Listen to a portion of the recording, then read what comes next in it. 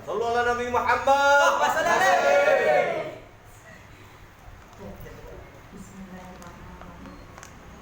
Assalamualaikum warahmatullahi wabarakatuh. Waalaikumsalam warahmatullahi wabarakatuh. Innal hamdalillah nahmaduhu wa nasta'inuhu wa nastaghfiruh wa na'udzu billahi min shururi anfusina wa min sayyiati a'malina may yahdihillahu fala mudilla lahu wa man yudlil fala hadiya lahu. Asyhadu an la ilaha illallah wa asyhadu anna Muhammadan abduhu wa rasuluh. Amma ba'd. Pertama-tama marilah kita panjatkan puji syukur kehadirat Ilahi Robbi yang mana kita diberikan karunia-Nya sehingga kita bisa berkumpul di majelis yang insya Allah mubarak. Kedua kalinya sholawat ma'asalam senantiasa kita haturkan kepada junjungan kita Nabi Agung Nabi Muhammad Sallallahu Alaihi Wasallam. Semoga kita mendapatkan syafaatnya di yaumil qiyamah. Amin. Selanjutnya saya di sini ingin memberi pengetahuan ya. Kita sharing secara agak nervous nih. Kita sharing aja mengenai jemaah semuanya kan tahu kan air. Air tahu toh? Nah, air itu kan benda mati toh. Nah, benda cair nih, benda cair. Nah, di dalam fikih Islam, air itu kan menjadi sesuatu yang penting sebagai sarana kita untuk bersuci. Bersuci dari apa? Dari najis maupun hadas. Nah, mengingat begitu pentingnya air dalam beribadah, fikih Islam itu mengatur sedemikian rupa perihal air, dari membaginya dalam berbagai macam kategori hingga menentukan hukum-hukumnya. Nah, saya kutip dari kitab Fathul Qorib, yaitu kitab Matan Taqrib Abu Suja, yang di dalam pembahasan pembagian air bab toharoh. Nah, di sini walam makan al-ma'u allati lil toharoti starobil musannifu li anwa ilmiah, yang artinya adalah air itu merupakan alat untuk bersuci. Nah, maka musannif itu membaginya menjadi beberapa macam.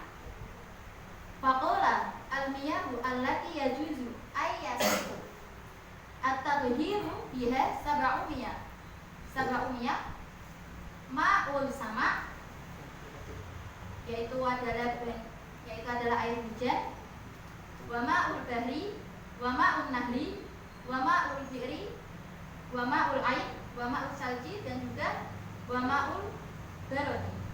Yang artinya itu adalah, maka beliau musonef itu berkata air yang boleh itu maksudnya air yang sah untuk digunakan sesuci. Nah, yang digunakan untuk bersuci itu kan ada 7 macamnya, yaitu adalah air langit atau yang disebut dengan air hujan. Terus air laut, air asin itu juga kategori air yang bisa mensucikan. Terus air gunawan atau disebut dengan air sungai. Nah, terus air sumur, air sumberan, air salju, dan juga air embun. Nah, dari beberapa macam pembagian air tersebut, kemudian para musonef itu mengkerucutkan menjadi 4 bagian lagi, yaitu summal miyahu ala arba'ati aqsam. Gak usah pada semangat ya. Yang pertama ya, ahaduha tahirun fi nafsihi mutahhirun li ghairihi, yang artinya adalah salah satunya air suci zatnya dan bisa mensucikan pada yang lainnya. Berarti yang disebut adalah air suci mensucikan, air suci mensucikan. Nah, di sini ghairu makruhi isti'maluhu wa huwa al-ma'ul mutlaq. Nah, di sini serta menggunakan tohir mutohir atau yang suci mensucikan itu kita tidak dimakruhkan, tapi kita dianjurkan untuk menggunakannya. Nah, contohnya itu adalah air sumur. Air sumur itu termasuk air suci yang mensucikan. Nah, yang kedua adalah wasani tohirun fi nafsihi mutohirun li ghairihi. Di sini yang kedua adalah air yang suci zatnya atau disebut dengan yang tadi kayak pertama air suci mensucikan, tetapi makruhu isti'maluhu. Tetapi di sini dimakruhkan untuk digunakan, yaitu digunakan untuk bersuci. Nah, itu air apa? Wa huwa al-ma'ul musyammas. Nah, di sini adalah air musyammas. Jamaah pernah mendengar air musyammas belum? Apa belum? Air musyammas itu kayak gini.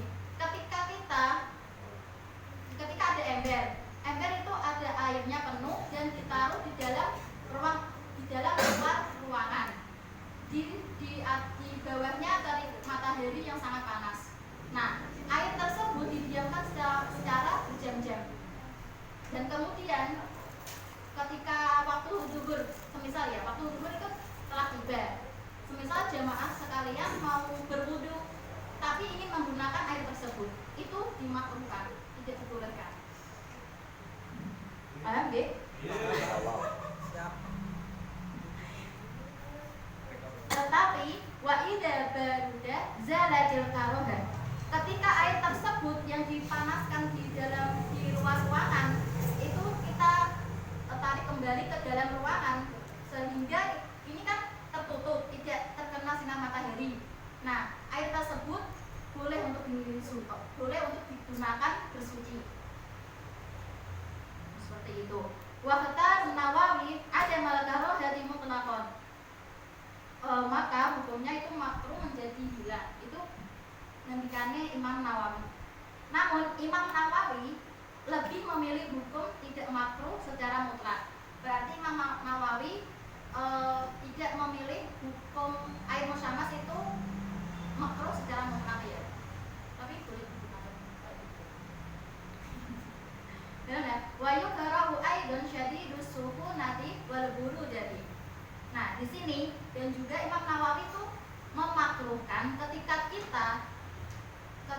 kita bersuci memakai air panas, air panas itu loh, tahu? Dibuat kopi kayak teh kayak gitu loh. Itu dibuat bersuci ya kan nggak mungkin loh. Imam Nawawi memakruhkan hal tersebut. Dan air yang terlalu dingin itu juga. Terus yang wasalit tohirun fi nafsihi wa irmutohir li wairihi, yaitu adalah air mustamal dan juga air mutaghayyir. Air mustamal itu apa? Air yang suci zatnya namun tidak bisa mensucikan pada yang lainnya. Contohnya itu kayak air minum yang ada di botol, itu kan suci tapi tidak mensucikan. Nah, yang dikatakan wal mutaghayyir atau bima khalaqahu minat-tahirun. Yang air mutaghayyir itu maksudnya adalah air yang berubah warnanya, zatnya dan juga rasa sifatnya. Nah, kayak itu loh, air botol, di dalam botol itu kan nanti ada ketika kita meletakkan teh atau nutrisari itu kan berubah warnanya dan juga rasanya. Nah, itu yang disebut dengan air mutaghayyir. Nah, yang terakhir adalah wama unajaso. Yang terakhir adalah air yang najis kurang dari 2 kula. 2 kula yang dimaksud itu adalah lebar sama tingginya itu kurang lebih 1 meter. Jadi ketika air tidak ada 1 meter terkena najis itu tidak boleh digunakan. Paham ya? Nah, cukup sekian kultum dari saya. Semoga apa yang saya sampaikan tadi bisa bermanfaat untuk panjenengan semua. Akhirul kalam, wallahu muwaffiq ila aqwamit thoriq. Wassalamualaikum warahmatullahi wabarakatuh. Waalaikumsalam warahmatullahi wabarakatuh.